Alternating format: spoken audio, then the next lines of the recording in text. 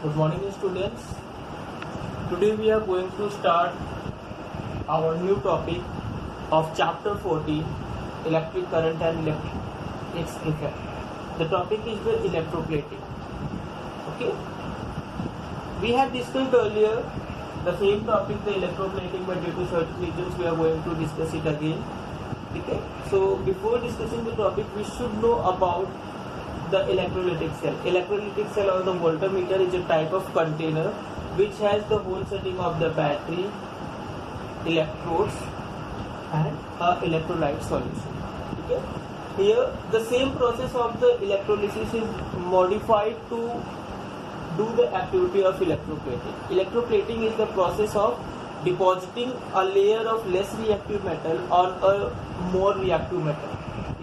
किसी less reactive metal पे जो किसी ज़्यादा रिएक्टिव मेटल पे किसी लेस रिएक्टिव मेटल की लेयर अगर हम चढ़ाते हैं तो वो प्रोसेस हमारा कहा जाता है इलेक्ट्रोप्लेटिंग। इलेक्ट्रोप्लेटिंग का सबसे कॉमन एग्जांपल हमारा गोल्ड प्लेटेड या सिल्वर प्लेटेड ज्वेलरीज होती है। सिमिलरली हमने अपने हाउस होल्ड प्रोडक्ट्स में बहुत सारे शाइनी प्रोडक्ट्स देख रखे होंगे जिन्हें कि अगर हम थोड़ा सा स्क्रैच करते हैं तो वो अंदर से एक अलग कलर का कंपोनेंट निकलता है। जैसे कि हमने अक्सर देखा होगा स्टील वगैरह या लोहे वगैरह की तरह चमकदार चीज़ों पे जो सस्ती मिलती है उनको हम अगर स्क्रैच करते हैं स्पून्स वगैरह को तो वो अंदर से ब्लैक हो जाती है। तो अंदर एक्चुअली भी जो ब्लैक पार्ट था वो आयरन होता है और ऊपर जो पार्ट है वो क्या हो जाता है, अब वो वाइट कलर का क्रोमियम या एल्युमिनियम या अदर चीज़ें हो सकती हैं। ठीक है। इसी तरीके से आपने कॉमनली वायर्स में देखा होगा, तार जो हम घरों में यूज करते हैं, एक तो प्योर कॉपर वायर आती है जो कि अगर आप उसे स्क्रैच भी करोगे तो अंदर से ब्राउन कलर का कॉपर ही दिखेगा। बट कुछ वायर्स आती हैं जो कि ऊपर से देखने में तो शाइनी ब्राउन कलर की कॉपर वायर दिखती है, but when we are going to scratch them then it seems that they were actually the iron और ऑफ अदर मेटल। ठीक है। तो ये सारे जो प्लेटिंग है ये सारा हमारा इलेक्ट्रोप्लेटिंग के थ्रू बनाया जाता है। ठीक है।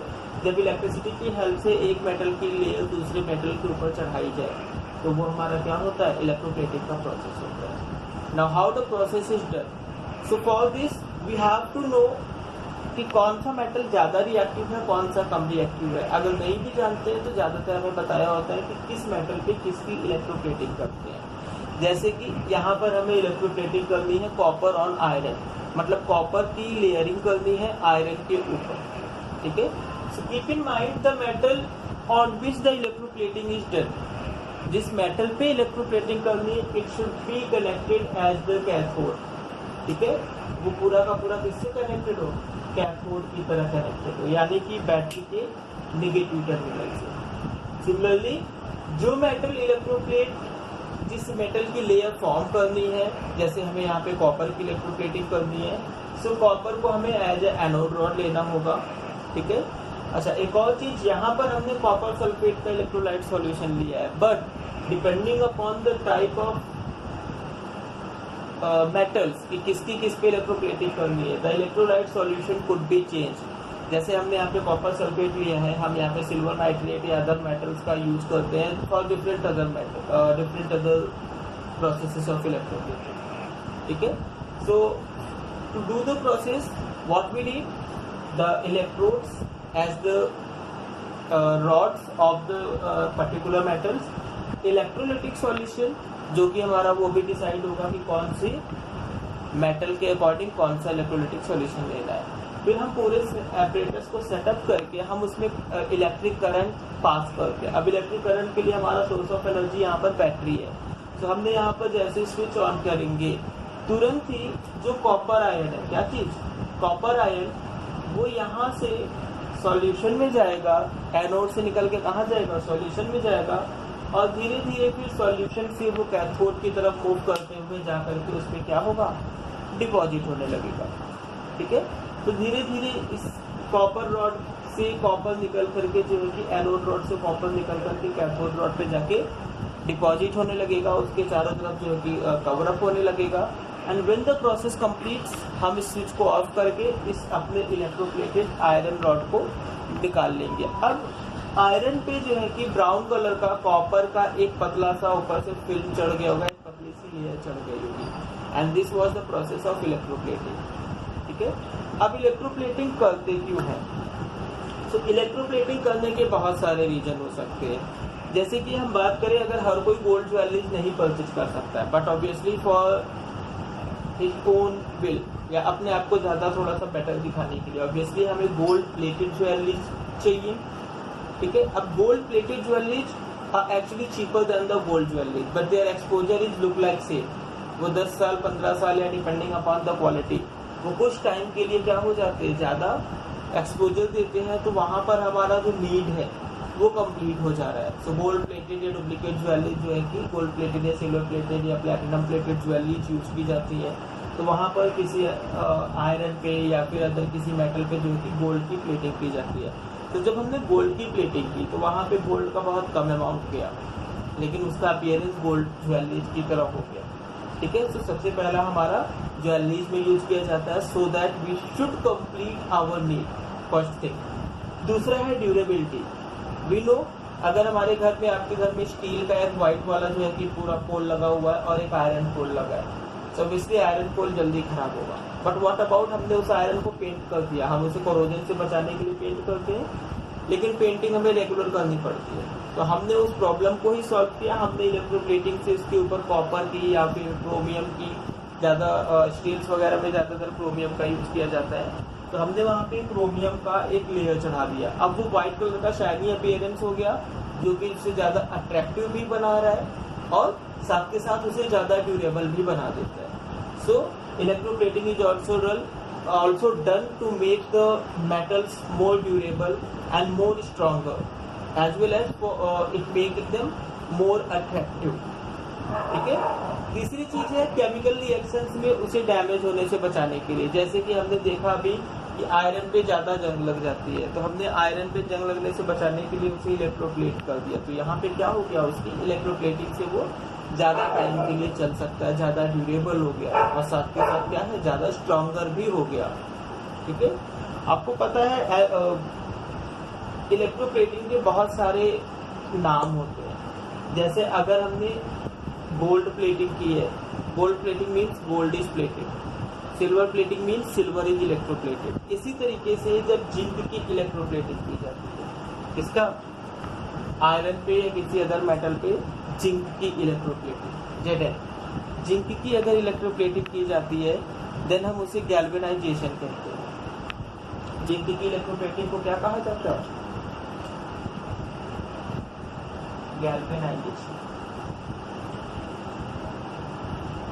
ठीक है, गैल्वेनाइजेशन में क्या होता है, जिंक की इलेक्ट्रोप्लेटिंग होती है। इसी तरीके से एनोडाइजिंग होती है। एनोडाइजिंग में एल्युमिनियम की लेयर को कवर अप किया जाता है। एनोडाइजिंग में क्या किया जाता है, एल्युमिनियम की लेयर को वो किया जाता है, मतलब एल्युमिनियम की एक प्रोटेक्टिव कवरिंग चढ़ाई जाती है। ठीक है, तो ये सारे हमारे क्या है, कुछ स्टेप्स है, कुछ क्या है स्टेप्स है। अच्छा, एल्युमिनियम की जो लेयर चढ़ाई जाती है, तो एल्युमिनियम जो है ऑक्सीजन से रिएक्शन करके एल्युमिनियम ऑक्साइड का एक प्रोटेक्टिव लेयर बना लेता है। हमने प्रोटेक्शन के लिए पहले तो एल्युमिनियम की लेयर चढ़ाई, फिर ये एल्युमिनियम रिएक्ट करके एल्युमिनियम ऑक्साइड की प्रोटेक्टिव लेयर फॉर्म कर लेगा। ये जो एल्युमिनियम ऑक्साइड होगा, ये फर्दर डिग्रेडेशन को, फर्दर रिएक्शन को ही स्टॉप कर देगा, जब तक कि इसे फोर्सफुली रिमूव ना किया जाए। ठीक है, जैसे कि आपने सुना होगा कि एरोप्लेन्स में या डिफरेंट अदर चीज़ों की जो बॉडीज होती है, जैसे ट्रेन एक्सेट्रा की body surfaces, outer surface, inner surfaces, उनमें ज़्यादातर एल्युमिनियम का यूज़ किया जाता है। इट इज़ बिकॉज जो एल्युमिनियम की सबसे आउटर लेयर होती है, वो ऑक्सीजन से रिएक्ट करके फर्स्ट लेयर तो करोड हो गई, but after the formation of the first layer, the further layers can not be corroded till the upper most layer is remove forcefully. ठीक है, अब अपर मोस्ट लेयर को जब तक आप फोर्सफुली रिमूव नहीं करोगे, फर्दर लेयर्स का रिमूवल होगा नहीं, जिसकी वजह से कि वो क्या होगा, आराम से प्रोटेक्टेड फॉर्म में एज इट इज बचा रहेगा। ठीक है, दूसरी चीज़ है कि ये लाइटर होता है, इसलिए भी एरोप्लेन्स में ज़्यादा यूज किया जाता है, चीपर भी होता है। So these are the certain reason जिसकी वजह से क्या करते हैं, इन्हें प्रेफर करते हैं। ठीक है, then our next topic is electrical refining. Which one,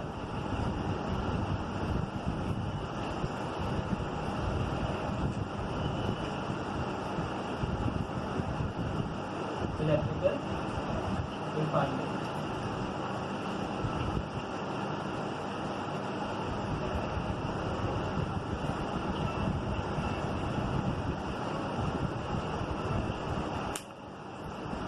electrical refining, electrical refining में हम मेटल्स की लेयर को प्यूरिफाई करते हैं। इलेक्ट्रिकल रिफाइनिंग में क्या करते हैं, मेटल की लेयर को प्यूरिफाई करते हैं। जैसे आपने देखा होगा कि जमीन से जो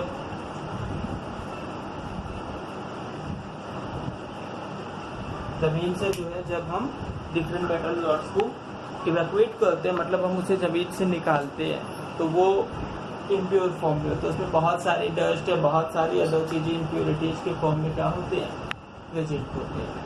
ठीक है, सो वहाँ पे हमें उनसे प्योर मेटल निकालना है। अभी तो हमने इलेक्ट्रोप्लेटिंग के बारे में पढ़ा था, अब हमें चाहिए प्योर मेटल। ठीक है, हमारे पास एक कहीं से ज़मीन से निकाला है, कहीं और से मिला है एक गोल्ड का रॉड। ठीक है, लेकिन उस गोल्ड में डस्ट भी है और अदर बहुत सारे अदर मेटल्स भी हैं।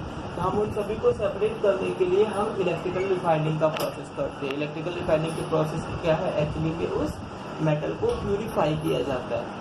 तो यहाँ पर मेटल को प्यूरिफाई करने के लिए हमें ज़्यादा कुछ नहीं करना है। जैसे हमने इलेक्ट्रोप्लेटिंग का प्रोसेस किया था, यहाँ पे टेक टू सेम प्रोसेस होता है, बस कुछ चीज़ें चेंज हो जाती हैं। जैसे हमारे पास जो यहाँ पर दोनों जो इलेक्ट्रोड्स लिए जाते हैं, they are of the same metal, the both of the electrodes are of the same metal, but the positive electrodes जो एनोड है वहाँ पे हम इम्प्योर मेटल रॉड लगाएंगे। वहाँ पे क्या लगाएंगे, इम्प्योर मेटल रॉड लगाएंगे। और जो आयरन जो हमारा एनोड की कैथोड की रॉड है, यानी कि नेगेटिव टर्मिनल है, वहाँ पर हम जो है प्योर मेटल रॉड लगाएंगे। ठीक है, प्योर मेटल रॉड हमेशा कैथोड पे लगाते हैं और impure metal rod is always joint as the anode, क्योंकि मेटल्स के साथ है कि मेटल्स का जो पॉजिटिव आयन निकलता है वो कैथोड पे जाके डिपॉजिट होता है। ठीक है, यही चीज़ हमने वहाँ भी यूटिलाइज की थी। तो जैसे ही करंट पास होगा, करंट पास होते ही क्या होगा, यहाँ पर इसमें से आयरन के आयन पास होंगे, सॉल्यूशन में आएंगे, सेम प्रोसेस। एनोड से निकल करके वो आयरन के जो आयन्स हैं वो सॉल्यूशन में आएंगे, and from the solution they will transfer towards the cathode rod and get deposited there. तो यहाँ पे भी हमारा डिपोजिशन का ही सेम प्रोसेस हुआ, बट हमने यहाँ पर जो कैथोड रॉड ली थी वो भी सेम मेटल की ली थी। तो कुछ देर के बाद हमें पूरा का पूरा जो प्योर मेटल है वो कैथोड रॉड पे ही मिल जाता है, और एनोड रॉड धीरे धीरे पूरी खत्म होने लगती है। प्रोसेस कंप्लीट होने के बाद एनोड रॉड क्या हो जाएगी, पूरी फिनिश हो जाएगी, और उसकी जो इनसॉल्युबल इम्प्योरिटीज होंगी वो एनोड के नीचे जाके कलेक्ट हो जाएंगी, जिसे हम एनोड मड कहते हैं। क्या कहते हैं, एनोड मड कहते हैं। ठीक है, जो इनसॉल्युबल इम्प्योरिटीज होंगी वो एनोड की रॉड के नीचे ही आकर के धीरे धीरे कलेक्ट होने लगती है, that are called anode mud. ठीक है, और फर्दर फिर ये क्या हो जाएगा, धीरे धीरे इसका डेवलपमेंट, इसको हम रिमूव कर लेंगे, कैथोड रॉड को भी प्योर मेटल के फॉर्म में रिमूव कर लेंगे। ठीक है, अगेन यहाँ पर भी जो इलेक्ट्रोलाइटिक सॉल्यूशन होता है, ज़्यादातर